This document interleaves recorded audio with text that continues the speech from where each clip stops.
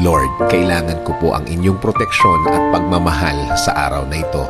Lord, thank you for this brand new day. Panginoon, kailangan ko po ng inyong tulong. Kailangan ko po ng inyong guidance. Ako po ngayon ay nasa matinding problema. Nasa gitna ng sitwasyon na hindi ko po alam ang dapat kong gawin. Parang habang dumadaan ang panahon, para akong lalong lumulubog sa aking kalagayan, Panginoon.